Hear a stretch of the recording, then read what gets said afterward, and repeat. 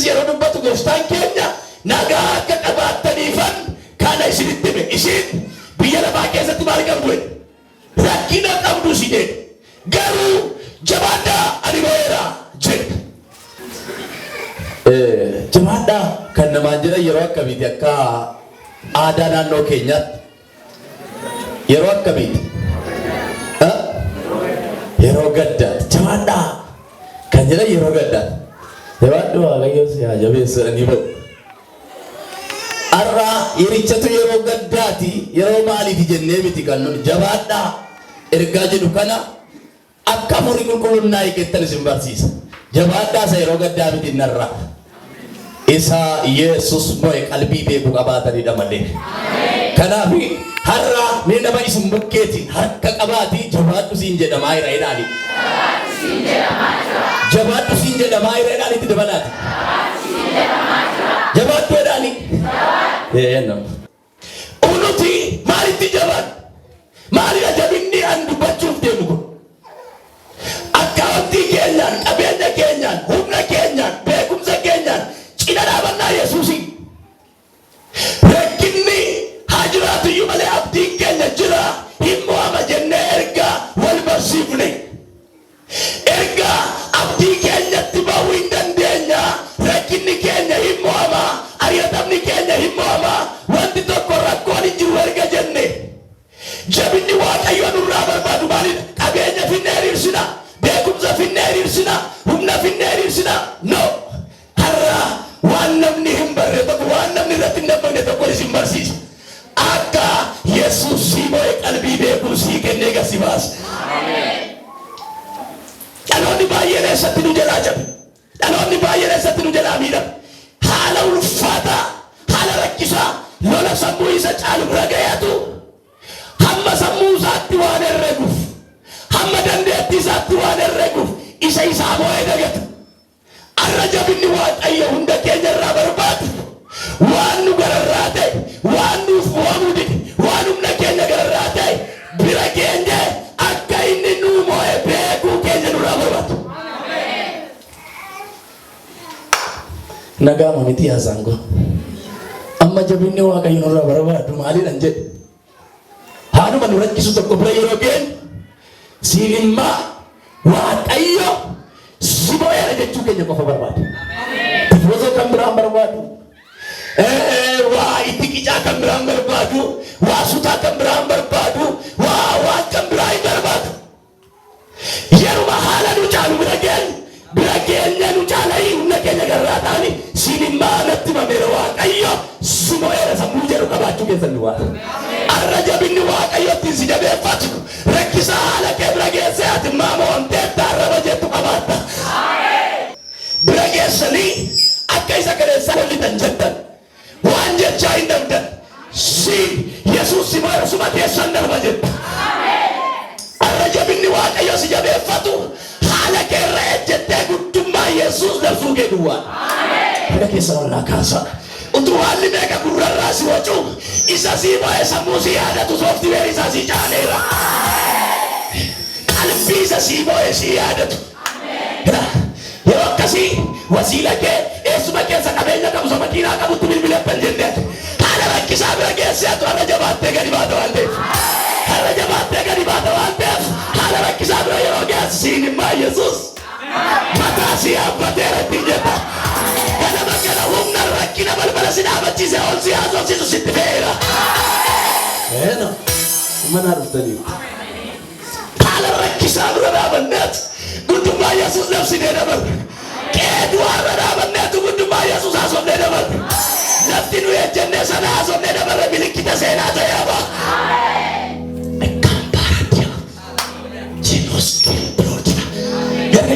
Rasati Yesus namoera jedha. Yesus ababalu gonjerinati wazila kwa Yesu bagwada na kwa baba na kwa na gonjerinati. Rasati Yesus namoera jedha. Anaboda rabakera wanti utalu isasibo ekara kwa mata. Nena basi muketi kirati jawatu erani. Nena. Jabinni Waaqayyo irraa barbaadu sagam yaa. Isagam. Kristos haala keenya isa mo'e sana beeku.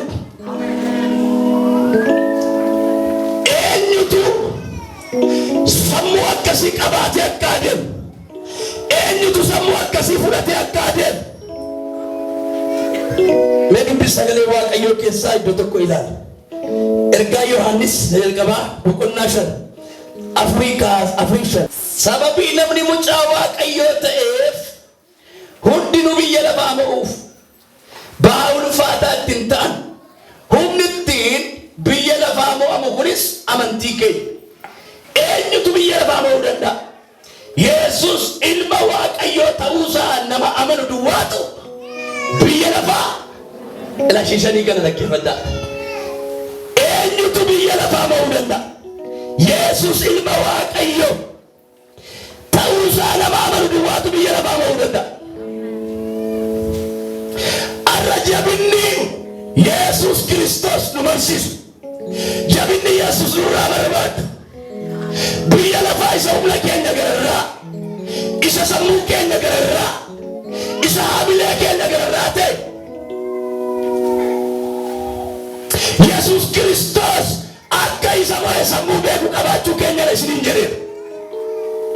Eenyu biyya lafaa karaa mo'uu kan danda'u macaafni kun? Eenyutti karaa manuu jedhu? Jabinni Waaqayyo sirraa barbaadu sammuu ittiin Yesus mo'e qabaachuu kee qofaadha isiniin jedhe. Kutaa kana keessatti yeroo dubbatu ergaa Yohaannis yeroo barreessu dubbii isaa keessatti eenyutu biyya lafaa mo'uu danda'a? Ilma Waaqayyoo isa jiraataa sana Yesusitti kan amanu qofaatu biyya lafaa mo'uu danda'a. Akkas jechuun akka Yesus mo'e nama beeku duwwaatu maal mo'ata jedhe? Biyya lafaa.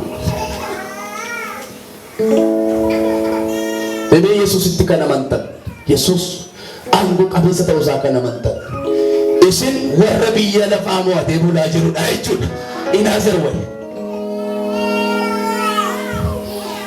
Yesus Kiristositti sammuu amanuu qabna taanaan nu warra biyya lafaa mo'annee bulaa jirudha. Iddoo Yesus Kiristosiin ofitti hanfatanii amanatanii bulanitti taateen lafa kanaa ol ka'u sammuu kan nama cabsee nama injifatee hin bulu jechuudha. Sammuu kan nama cabsee nama injifatee hin bulu. Eenyutu mo'aadha waan ta'eef? Yesus Kiristostu mo'aadha waan ta'eef. Dubbisi. Waanuma irratti karaa isa jaallatee nuyi mo'icha guddaa qabna. Nuyi mo'icha guddaa karaa isa kamii qabna? Karaa isa nu jaallate 31 immoo eenyu nurratti kaa'e 37 immoo karaa isa nu jaallate nuyi mo'ichi karaa isa kamiiti? Karaa isa nu jaallateeti. Erga karaa isa nu jaallate mo'ichatu jira ta'e sammuu ittiin karaa isaa mo'ichi jiru sana beeku qabaannee jennaan nuyi warra jabaatoo jedhamna jechuudha. Nuyi warra jabaatoo. Warra jabaatoo. Yesus isaaf wanti dadhabamee qalbii isa shakkisiise tokko iyyuu hin jiru. Inni qabsoo hadhooftu geggeessee biyya lafaa kana under control isaa godhe. Qabsoo hadhooftu inni geggeesse immoo akka mootota warra lafarraa kanaa miti. Inni maal godhee qabsaa'e? Lubbuu kennee qabsaa'e. Lubbuu kenneetu du'atti of kennee dhaqee waan abboomamee fakkaatee waan mo'amee fakkaatee waan achitti biratti hafeetti fakkaatee tokkicha biyya lafaa kana akka waan galee fakkaateetu gaafa guyyaa 3 argame. Akka inni itti biyya lafaa mo'e hilmichaa dhumaa biyya lafaa sirratti fudhatu sakamidha. Duutii sadarkaa isa dhumaati. Biyya lafaa kanarra chaa'u waliin jechuudhaaf nama du'e tokkoon bakka torbeerraa wal argina jechuun hin danda'amu. Torbeerraa walitti deebina jechuun hin danda'amu. Waan deebi'anii kun arfee torbee 3 booda wal arguu hin dandeenye tokko Yesuus dhaqee deebi'e. Biyya lafaa kana keessatti wanta humna dhala namaa gararraa jedhamee haasa'u du'atti namni du'ee ka'ee deebi'ee nuun galu namni beekamaadha. Yesuus biyya du'aa dhaqee bultii 3 achi turee deebi'ee jiraan isaa nuu deebi'e.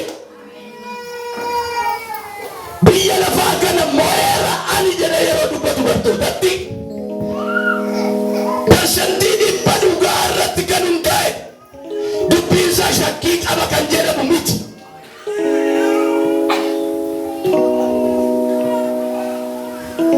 Biyya lafaa kanaan moo'eera yeroo jedhu qilleensa tokko irra nama dabarsee kan biraatti mokkoorii miti. Guutummaa guutuutti to'annoo isaa jala galtee jirti biyyi lafaa. Yesuus erga ofii moo'e taateewwan nutti dhufaniif dhaamsinni nuu gaa'e jabaadhaa. Jabaadhaa. Taateewwan nutti wal furaniif erga ofiisaa du'aa arfii ishee injifatee erga keessa darbe isin immoo maal ta'e? Jabaadhaa. Akkas jechuun ani moo'eeraati. Ani waan isin sodaattan waan isin dhaqxanii injifachuu hin dandeenye isinii moo'eeraati. Isin yeroo rakkoo tokko bira geessan ana yaadachuu hin dagatinaa. Galaa Yesuus yeroo rakkinaaf nuu kaa'ee darbe jabaadhaan. Yeroo lolamnu yeroo ari'atamnu waa Yesuus nuu kaa'ee darbe. Waa Yesuus nuu dhiisee darbe. Haala rakkisaa bira yeroo geenyu jabaachuu keenya. Haala ulfaataa bira yeroo geenyu jabaachuu keenya.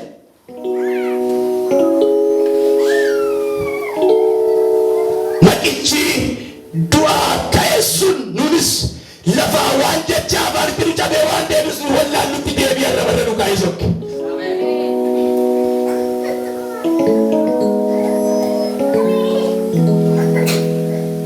Silaa utuu inni nu moosifne ta'e uumama boqonnaa 3:14 irratti bofichatti dubbata ati bara kee guutuu biyyoo nyaatte.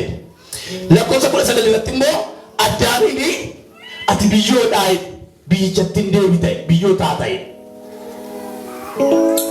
Utuu Yesuus nurratti moone ta'eemma utuu inni nurratti mo'ee hin jiru ta'eemma nuti maaliif?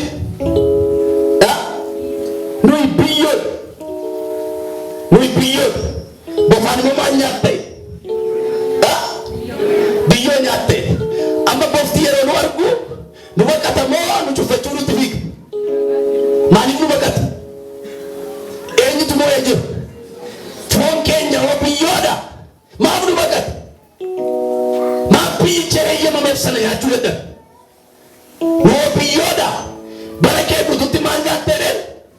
Dubbisaa kutaa sana uumama boqonnaa 3:14. Maal nyaatte? Biyyoo nyaatte. Garuu biyyoo na eeyyamamuuf malee Addaamiin immoo dhaqee uumama 3:9 ati maalidha? Ati biyyoodha de jarri biyyoodha. Akkas jechuun nyaataa fi isa nyaatu wal bukkee dhaabee haasa'e. Mee nama sin bukkee maal harkannaa qabaati? Haasaan gosi ni galaa jiree? Haasaan gosi ni galaa jiree? Laamee daani. Silaa dhaabiittuu kan fudhatamtu daani. Sababuma inni sii moo'ee faftee daani. Ati daani. Isa sii moo'ee hin dagatine daani. Jabaadhu daani. Ameen.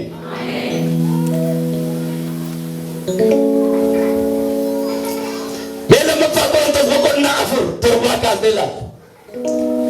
Kutaa sana keessatti Phaawulos kutaa sana naa baasaami. Kutaa sana keessatti Phaawulos Roomaayyuu gatii hin qabnu jedha. Gatii hin qabnu nuti.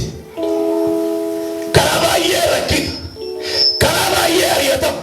Karaa baay'ee nu guffisu iyyuu. Karaa baay'ee nu darbatu iyyuu. Garuu nu warra achitti hafnu miti malee. Nu warra haalli guffisee achi lafatti nu hambisu miti malee. Yeroo akkasaasa'u Phaawulos jabina gooftaan isaaf kenne keessa dhaabatee dubbata. Lammaffaa Qorontos 4:7 kaasee hamma 9tti. Ammas nuyi warri wanta gati jabeessa akkasii fudhanne kuni akka qodaa supheeti. Kana eeguudhaaf humni humna gararraa kan keenya tun ta'in kan Waaqayyooti. Karaa hundumaa hin rakkanu. Garuu badduubba waan goonu hin wallaan garuu abdiin kutan. In ari'atamna garuu hin gatamu. Lafaadhaaf nagaru achumatti namnu wayi.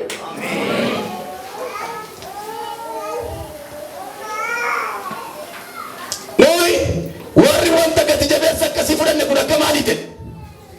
Nattaasaa akka hin galla. Wangeelan jaallattani utuu nama kaase isa iyyitumatti fakkaata. Itti deebinaati ergaan keessan asuma keessa dhumaa jiran beektan malee. Wangeelli mana keetiif utubaadha. Wangeelli mana keetiif jireenya.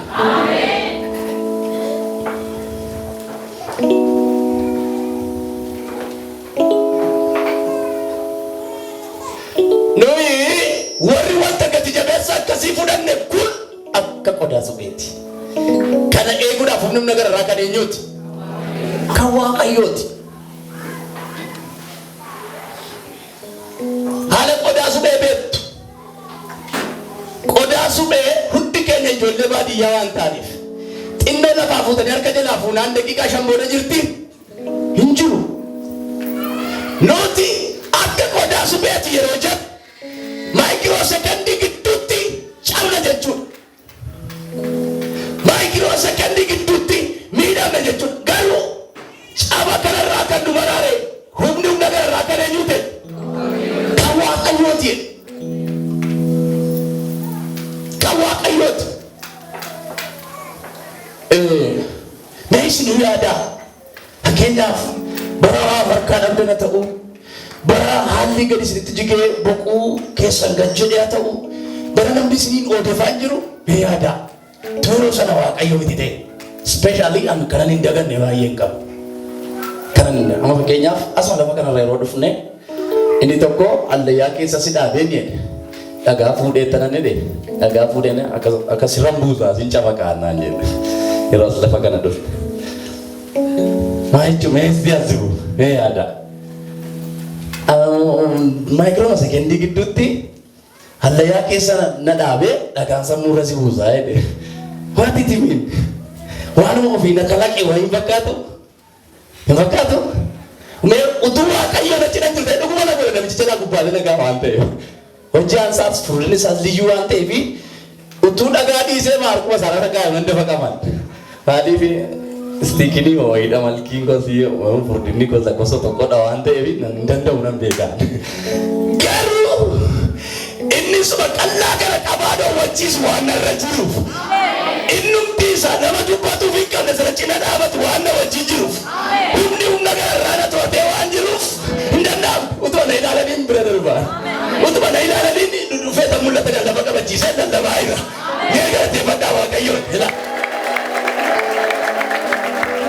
maal isiniin jechuun barbaade? Doorsisni hoomaan waraanaa yoo irratti qindaa'u sanaan tokkicha humna humna gararraa turaalle jabinni Waaqayyoo lafa baay'ee yoo haali sin ajjeesa jedhu namatti dhufu anama nama du'aa jiru sitti fakkaadhaa qalbii jedhu yeroo deebisan yeroo deebii akkasii kennan yeroo haalli sin dhaabachiisa jedhu namatti dhufu anama nama dhaabatu sitti fakkaadhaa jedhanii deebii kennuudha. Jabinni Waaqayyoo irraa barbaadu sakata. Jabinni Waaqayyo ganama kana sirraa barbaadu haala gurra kee irraa wacu diddee waan biraa haasa'uu keetti.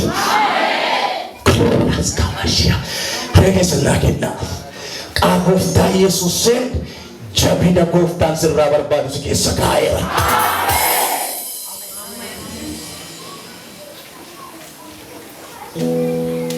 Isa tokkotu yookiin gara Finfinneetti yookiin biyya tokkotti boqadhu jedhe. Ati moo lallabdaa yoon deemeen jedheen lallabdaa yoon sabke Finfinneen na qarakkoon hin jiru kebar naa gootaa waamicha koon jedheen. Akkuma Waaqayyo siimoo isa muge keessa jira taanaan ati waraansa meeqa keessaa bayyaannatta. Akka Waaqayyo siimoo qalbii kee keessa jira taanaan cicciqilee meeqa keessaa bayyaannatta.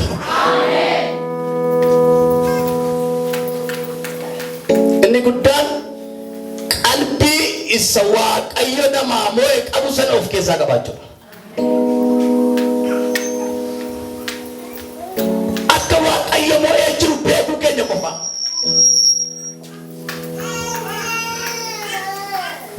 namoonni as turtan yoo jiraattan halkan guutuu Waaqayyoon kadhachaa bulee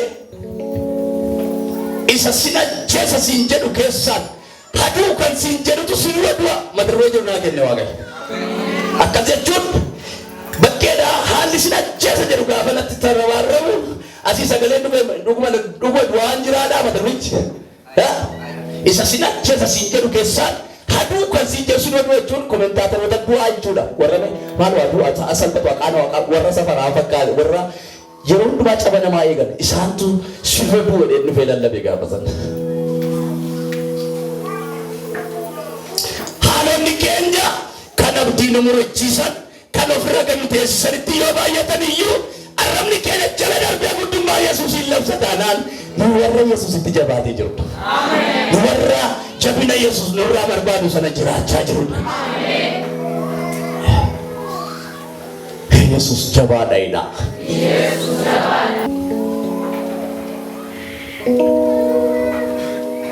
Jabinni Waaqayyo nurraa barbaadu not our army, not our force, not our income. Yookiis immoo wanta benefitii kabiraatiif miti kan Waaqayyo jabaadhaan nuun jedhu.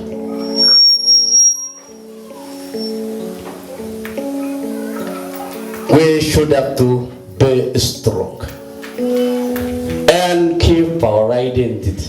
Eenyummaa keenya ishee kana haa eeggannu. Wanti Waaqayyo sirraa barbaadu waayyuu miti. Jabaadhuuf isaaf jabaadhu. Jabinni inni sirraa barbaadu immoo naamoteetta jechuu kee qofaadha. Isa qofaa himachuu keeti kan inni sirraa barbaadu. Biyya lafaa kana mo'uu kan danda'u ilma isaa Yesuus Kiristoositti kan amane qofaadha waan jedhuuf. Barakana arraba maqaa Waaqayyoo dha'ee arraba maqaa Waaqayyootiin socho'u bahee galuu muraasadha kan jiru. Muraasa. Kuntaala bakkee kanaa 100 kiiloo isa jedhu jechuudha. Yeroo argitan midhaan gaafa quufatteef tokkam jettee dhaabatti. Jetteetu waxxanutee dhaabatti. Abbatu midhaanichi keessaa nam'ee akkam taate?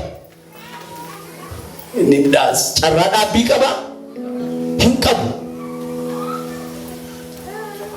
Humnichi nu keessa jiraannaan haala keessatti nama laaffisu keessatti jabaannee dhaabanna nuti. Humnichi nu keessaa godaannaan garuu nuni akkuma madaabayyaa sanaati jechuudha. Yeroo hundumaa jabina Kiristoos nurraa barbaadu of keessaa qabaachuutu nurra jira. Jabina Kiristoos nurraa barbaadu of keessatti jabeessinee qabachuutu nurra jira. Jabaadhaa.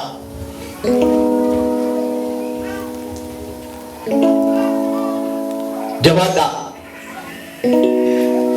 Yeroo baay'ee jireenya keenyatti haamilee kan horu sagalee hin dhageenye. Jireenya keenyatti mogolee kan nuuf ta'u hin dhageenye.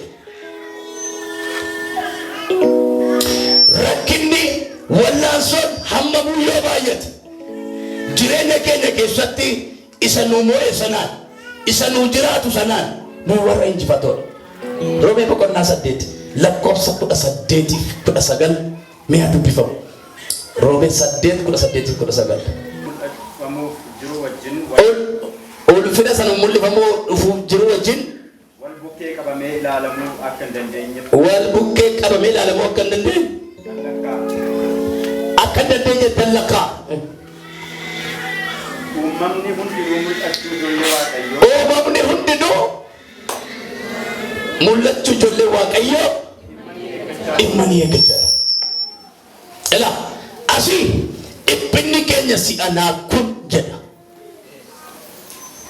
Gajallaadha ammoo eegamaa jiru ijoollee Waaqayyoo. Asii dhiphinadha.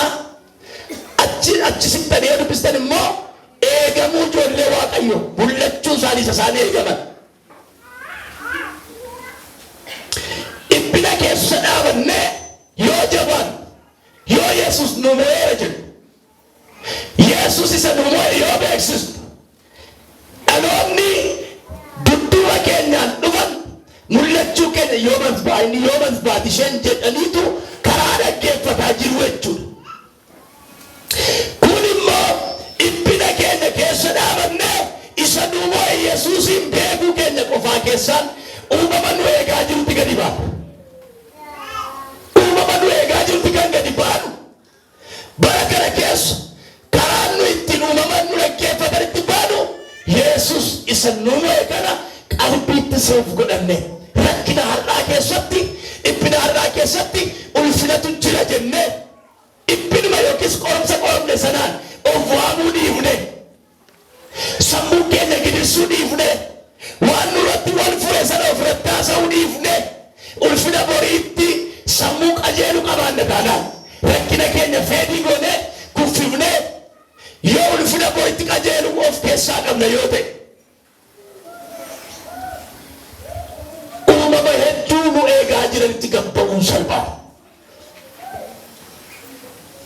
Inni guddaan jaabina Yesus nurraa barbaadu jabaachuu keenya. Isa qabaanneennaan dhaloota nu eegaa jira, ulfina nu eegaa jira, kabaja guddaatu nurra keenya jira.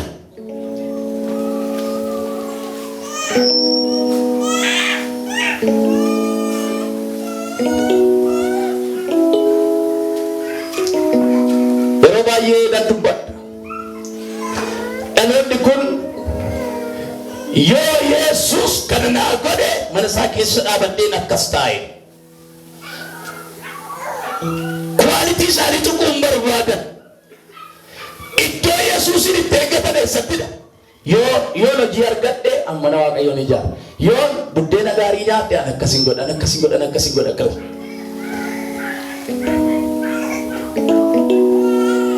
Yeroo baay'ee dubbachuun jaaladha. Yesuusin waan ofii barbaannu tokkoon dura ofitti qotannee kaanee hojii hojjechiifanna miti. Waan inni barbaadu taane, waan inni fedhu taane, waan inni nurraa barbaadu taaneefitu waan barbaannu guuttanna. Maatiyoos boqonnaa 6:33 maal jedhu? Duraan dursaatii yaada keessan, ilaalcha keessan mootummaa Waaqayyoof qajeelummaa isaatti hidhaa malee wanti isin barbaadan hundutti nu maal ta'an? Itti isiniif dhufaa jira, itti isinii dabalama. Kan barbaachisu dura qajeelinatti qalbii ofii hidhanii isa namaa moo'ee kanaa wajjin hiriiruun, isa namaa jiraate kanaa wajjin hiriiruun, isa namaa moo'ee kanaa wajjin hiriiruun. Sana booda taateen jiru taatee furamuu keenyaati, taatee gargaaramuu keenyaati.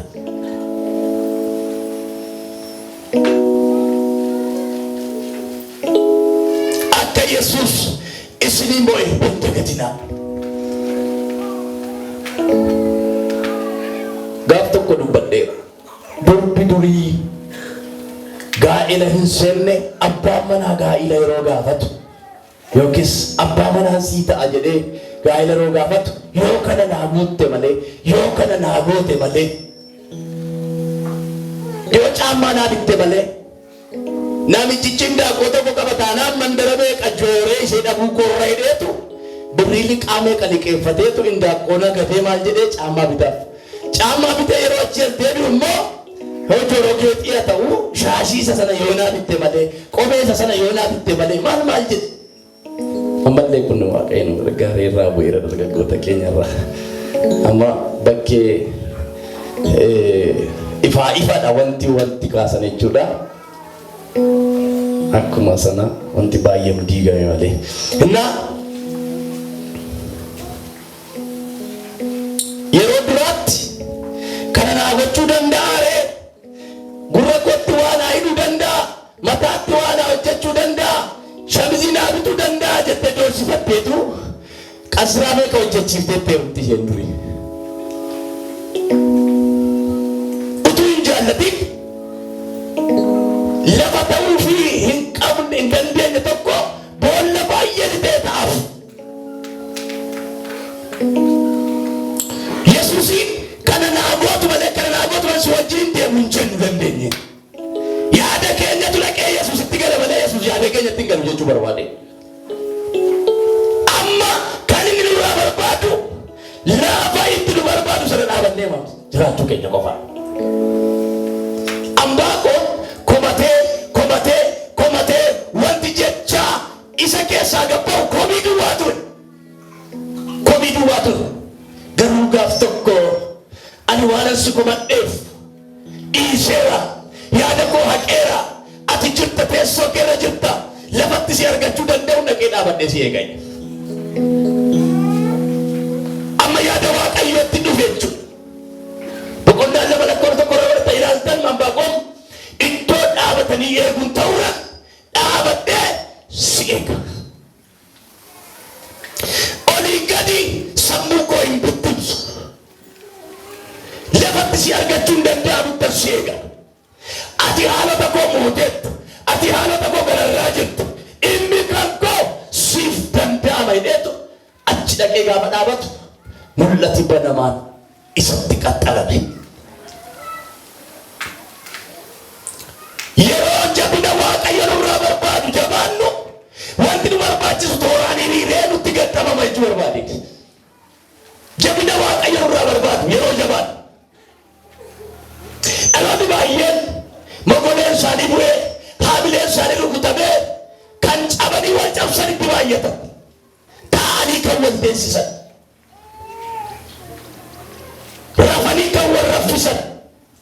Du'anii kan wal ajjeesanitti caalan. Ganama kana humna fannoo isa nuuf du'e sanaan, humna fannoo isa nuuf miidhame sanaan maqaa Yesuusiin warra badanii wal balleessan miti nu, warra cabanii wal cabsan miti nu. Safara jirtanitti jabina Waaqayyo isinirraa barbaadu isiniif ergeera. Jabina Waaqayyo nurraa barbaadu.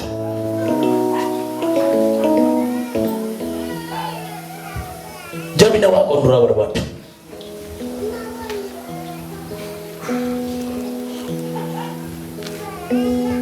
Waaqayyoof laafnee biyya lafaaf jabaachuu moo biyya lafaatti laafnee Waaqayyoof jabaachuu wayya? Maayita? Ameen. Yeroo haalli tokko dhufe dhuguma jiraatamaa heddu dhuguma maalii eessa isa jennu utuun taane isa Yesuus duwwaarra nu dhaabachiise hin jiraatama jedhu odeessinaa jechuudha. Akkas jechuudha. Biyya lafaatti laafnee gaafa waan isheen jettu tuffannee jechuudha. Waan isheen gaafnu diignee isa Yesuus dubbatutti ofii dhuwe jechuudha. Isa Yesuus dubbatutti.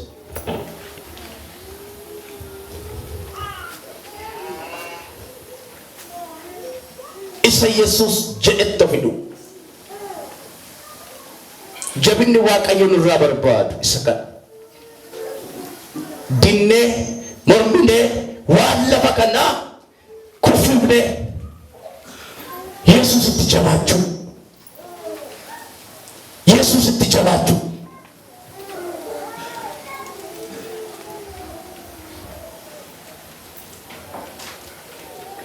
Yesuusitti jabina hin qabnu taanaan akkuma yeroo baay'ee dubbadhu asii amma fattee yoo Addis Ababaa deemte fattee amma fakkeenyaaf Addis Ababaatti yoo ol ergitan fattee beektu amma jabina Kiristoositti hin qabnu taanaan amma fattee yoo Addis Ababaatti ergitan Addis Ababaa geessee fattee ndee salaam noo hin jetti ndee naachi warra Addis Ababaa hin jetti yoo nama ariifa beekuudha baadhiyyuu fatteen yoommoo Ameerikaa yoo deemte fakkeenyaaf Ameerikaa yoo deemte how are you? Are you fine? Can you give me a kilo of sugar? Njeti fatte America dente gilifana softi? Finfinnee dente marifana softi? Isuma laga corroqa baadiyyaatti batte sana fuutee datti. Isuma itti gatamaa deemte. Kiristoositti jabaannu taanaan Ameerikaa deemnas Finfinnee deemnas arabni keenya gadu baasa. Nama haadhaaf abbaan qabe tokkotu biyya alaa DV argatee bahe yookaan akka tasaa ta'ee toora intarneetaatiin wal agarra. Biyya alaa deemeetu gaafa intarneetaa wal agarru hin haasofnee abbaa faadhaan qabu mucaanii ani jedhe Waaqayyo natti dubbatee nama biyya kana fidee akka waan jireenya fooyya'aa jiraatu tayyaadhi biyya yeroo jiru. Akkas jechuun Ameerikaa keessaa maal haasa'e? Afaan sila baadiyyaatti haasa'aasa biyya keenyatti haasa'aa ture jechuudha. Rakkinni qe'ee kana ture achi jira moo jiru? Jira. Inni guddaan sammuu jabina qabu fuudhanii socho'uudha. Sammuu jabina qabu fuudhee socho'uudhaan gammoojjii keessatti katamaa caalaa sitti tolee jiraata.